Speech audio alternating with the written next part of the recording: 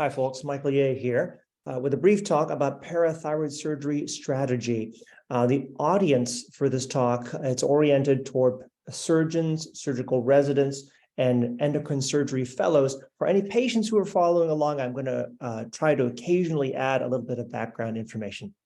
All right, we're going to talk about primary hyperparathyroidism, specifically bilateral exploration versus limited exploration. This is a very common question.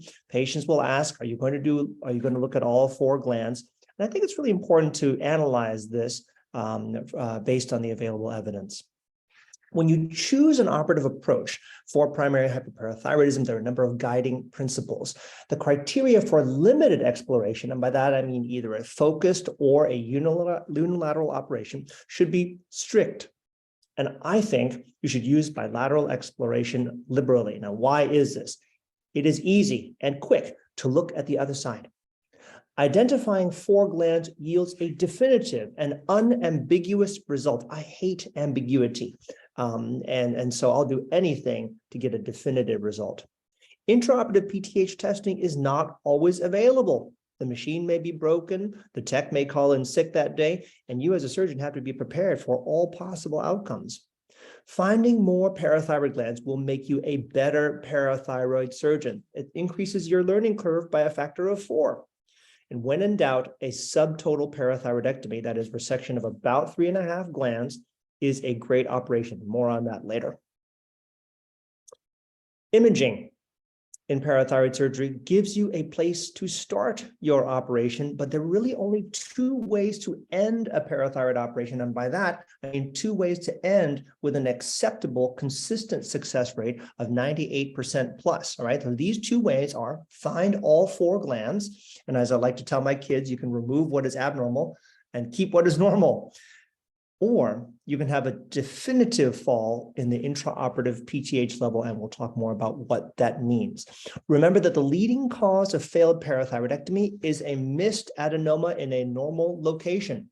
But barring that, the second leading cause of failed parathyroid surgery is when the surgeon performs a single gland resection in the presence of multi-gland disease, and that is an inadequate resection will lead to failures. And underlying this, we as surgeons always have to think, what is an acceptable rate of failure? We can't cure 100% of people, but we can cure most, right? We can get a good success rate, 98, 98.5, 99%. That is achievable with the knowledge that, of course, the more you operate, it incrementally causes a small increase in the risk of complications, right? So those 2 have to be balanced, and you can't cure everyone, but you can get close. All right. What is parathyroid surgery really? Well, those of you who have scrubbed with me will know that it's a technical exercise in applied embryology, how we develop in mom's tummy as fetuses. And that gives rise to the great variation in parathyroid anatomy that we see. But it is a cognitive exercise in conditional probability. All right. So today we're going to focus more on the strategy, the cognitive exercise, the judgment and thought process that goes into parathyroid surgery. And as parathyroid surgeons, we're always thinking in our minds, as the case is proceeding, even before the case and during the case, we are thinking, what is the probability of multi-gland parathyroid disease? What is it at baseline when we meet the patient? What is it based on the biochemical severity? What about the scan results? Does that change anything? And as you acquire data during your operation, you're consistently going to update your calculation. Is it single gland disease or multi-gland disease? How likely am I to have succeeded or failed at this point in surgery as I move forward with the operation? And then, of course, lastly, you're going to incorporate intraoperative PTH data. Now, for the patients following along, what is conditional probability? Well, here's an example. Every woman has an approximately 1% risk of having breast cancer in her lifetime. However, a woman with a positive mammogram then has an 8% risk of having breast cancer, right? So conditional probability means we add additional what-if statements and allows us to refine the probabilities further as opposed to just what we know when we enter the case. Got it? All right. So what are the base probabilities? Base probabilities is all comers. We know nothing about this patient other than they have primary hyperparathyroidism. It's been known since the 60s that In primary hyperparathyroidism, 85% of people have a single adenoma, and the remaining 15% have multi-gland disease, which can either be hyperplasia, all 4 parathyroid glands abnormal, or it can be a double adenoma. And that's the simple way to think about it. 85% single gland, 15% multi-gland. Okay, so moving on. The first modifier to those base probabilities is you want to know something about your patient. What are the genetic and environmental factors influencing them? Genetic factors include multiple endocrine neoplasia type 1, less so type 2, or familial isolated primary hyperparathyroidism. Those conditions increase the probability, of course, of developing the disease and also the probability of having multi-gland disease and recurrent hyperparathyroidism. What about environmental exposures? Lithium is probably the next most common one. It increases the incidence of the disease, increases the probability of multi-gland disease, and increases the probability of recurrence. So a lot of people we meet these days who are on lithium, they really need it, right? There's been so many new drugs that have come out for bipolar disorder. So people who are on lithium today, it means it's the only thing that's worked for them. They're often on it for many, many years, and they're probably going to stay on it. So the lithium-exposed patient in some ways resembles the MEN1 patient, right? You have to be really guarded against a recurrence in that person. You're just going to keep on taking lithium. What about radiation? Childhood radiation may increase the incidence of primary hyperparathyroidism, so the likelihood you're going to get the disease, but it likely does not influence the probability of multi-gland disease. Interesting. All right. What about the second modifier? It's biochemical disease severity, all right? So if a patient has mild disease, just slightly elevated calcium, PTH right around the border of upper limit of normal, it greatly increases the risk of multi-gland disease. Contrast, severe disease, calcium greater than 12 is almost always single gland disease. And this is a kind of an axiom in endocrine diseases. The more severe a disease, the more likely it is to be a neoplastic process as opposed to a hyperplastic process. Remember that cases with low baseline PTH may make intraoperative PTH difficult to interpret. If you start your case with a PTH of 49, it doesn't have as much room to fall, right? So it's harder to interpret that value. And this is a nice study out of Columbia showing that patients with more mild forms of hyperparathyroidism have a higher rate of multi-gland parathyroid disease. Third modifier, probably the most important one, day to day that we see is what are the imaging results and how do they influence the probability of single gland disease versus multi-gland disease? Well, let's start with the base probability of 85% single adenoma.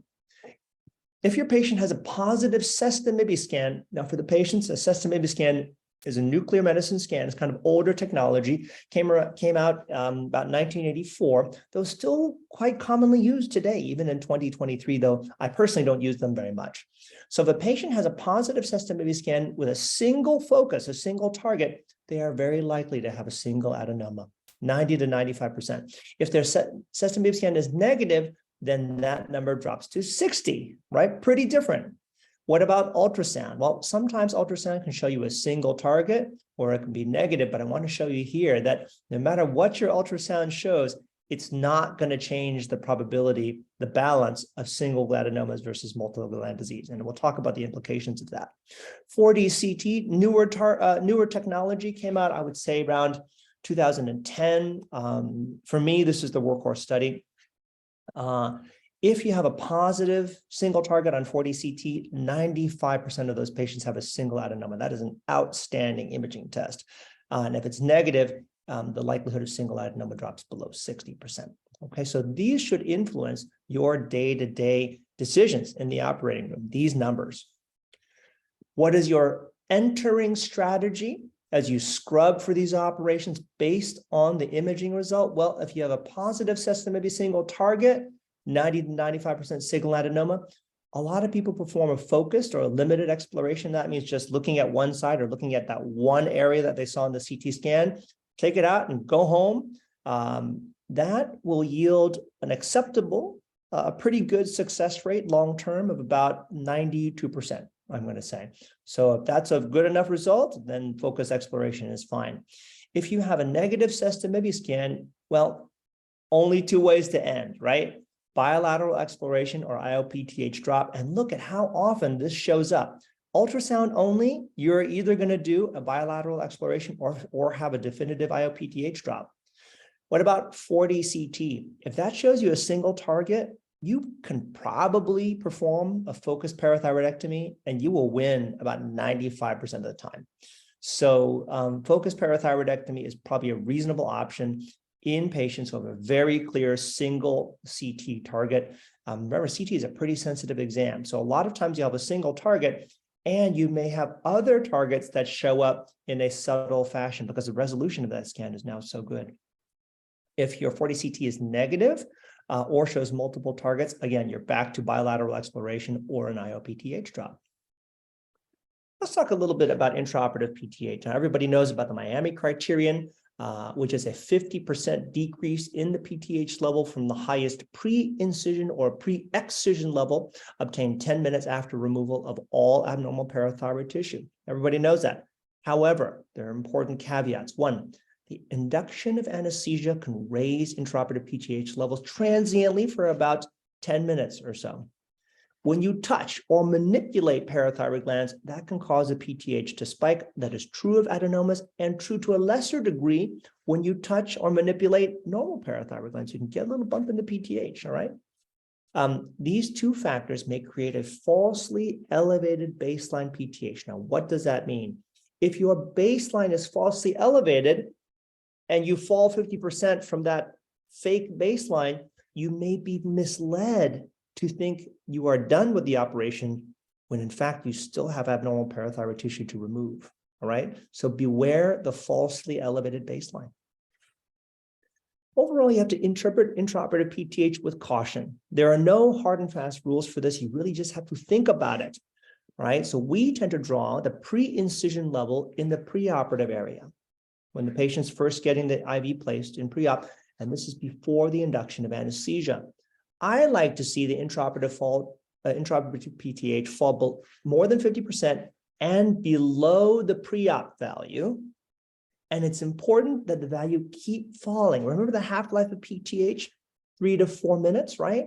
So if you're drawing it every 5 minutes, it should continue to fall by half and half again, okay? I'm going to show you this one case. This guy had a positive sestamibi scan. Right here, you see the parathyroid adenoma. We removed one parathyroid gland. There was a little spike during manipulation of this parathyroid adenoma, and the PTH fell. Did it fall 50%? Yes, it did. But look, it goes 90 and then 88, and that's what I call the ominous plateau.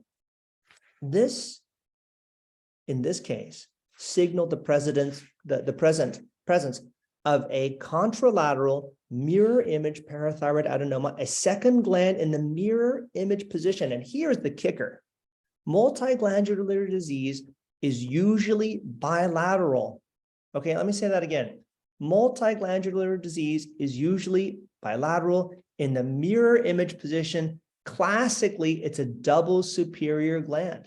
Now, you would think that double adenomas would be evenly distributed in terms of ipsilateral or the opposite diagonal one or the mirror image one. It is not evenly distributed. All right. It is more often the mirror image gland. So a unilateral exploration doesn't help you in that scenario, right? You got to look at the mirror image gland. Okay. Here's a case for you. 63-year-old woman, calcium of 11.1, PTH 116, and osteoporosis. And on the CT scan, you can see this monster of a gland in the right superior region adjacent to the esophagus, visible on ultrasound as well. But look, on the mirror image, in the mirror image location, there's another one. It's not as big as the first one, right? This is about an 8-9 millimeter gland, but that gland is waiting there to cause the patient a recurrence. And you don't want that patient to come back for another operation in 2 years. You'd rather nip that in the bud today. So the patient wants that too. All right. But what happened to this patient? All right. So initially the baseline was 219 and the PTH spiked up to 418 when the big gland on the right side was removed. And then it fell by more than half. It did. And then we removed the second gland and it continued to fall further. down to 32. Now, your final value when your patient is waking up in the recovery room, my favorite value, somewhere between 12 and 39 is the sweet spot. You don't want it too low. 40 and above, those patients have some more problems with recurrences, but I like teens to 20s, 30s, in the 30s is also acceptable. What about ambiguous results and late recurrences, right? So we've had these patients, you operate on a patient with classic primary hyperparathyroidism. A year later, they come back and the calcium is maybe slightly higher than you want. PTH is a little bit higher than you want, all other things being normal. What about this case? Is that patient cured? Here's another patient with a lower calcium, but a triple-digit PTH. Is that patient cured? Most of the time, so long as the calcium stays normal, it's probably okay. Remember that 25 to 40% of patients have eukαλemic elevations in the PTH level after successful parathyroidectomy. One lingering question out there in the literature is, do those patients have clinical outcomes, especially with respect to long-term bone mineral density changes that are as good as other patients whose calcium and PTH levels are both normal after surgery? It's an open question. The recurrence rate long-term after initial surgery for primary hyperparathyroidism may be as high as 15%, and 1/3 of these recurrences take place after 10 years. Now, can bilateral exploration help prevent some of these suboptimal outcomes? Are these all like little subordinate adenomas waking up on the opposite side? Maybe. I transitioned to doing more bilateral explorations around 2010 or so. And I just got to say, from my experience, since I made that change, I have fewer of these sort of ambiguous results, though they still happen. They still happen, probably reduced a little bit by knocking out some of those, subordinate adenomas that are just lingering there. Okay, to summarize, when to perform a bilateral neck exploration. If the patient has a positive family history or lithium exposure, do a bilateral exploration. If the patient has biochemically mild disease, especially if the patient has normal calcemic primary hyperparathyroidism and you're planning to operate on that patient, which I think we've got to be selective about. But if the patient has mild disease, think about bilateral exploration. If you have a negative scan or multiple targets on scan, bilateral exploration. Remember, intraoperative PTH, it's not like it's black and white, right? Sometimes it doesn't fall. Sometimes you're not sure. Sometimes the machine's broken, or you have that ominous plateau. Do a bilateral exploration. You'll thank me. Remember that most multi-gland disease is bilateral, double superior, mirror image adenoma. And that's true. Even if the MIBI is positive, you can still get some mirror image double superior adenomas. Watch out for those. Remember that subtotal parathyroidectomy, or 3.5 gland resection for short, is a solid operation in the face of ambiguity. If you're not sure if your patient has multi-gland disease versus single gland disease, it's okay to do it a 3.5 gland resection. It's okay.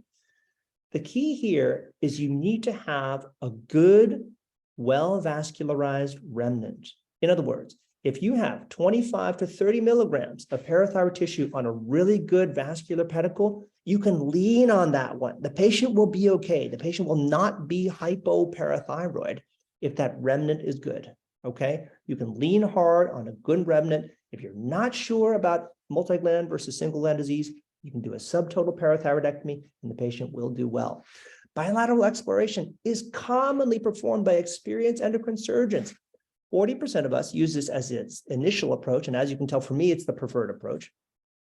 And 11% will start out focused and convert to bilateral anyway. So bilateral exploration is great, it's common, and this needs to be, you need to be very comfortable with this as an endocrine surgeon. Okay, what about some exceptions? When should you do a limited exploration? Well, I had a patient just this week who had a parathyroid adenoma in an ectopic location. It was way up here in the carotid sheath. We made an incision, took that thing out. And of course, my incision is not a very versatile incision in that case, right? I can't use that weird incision to get to the other parathyroid glands. So I was just done. And thankfully, the PTH dropped.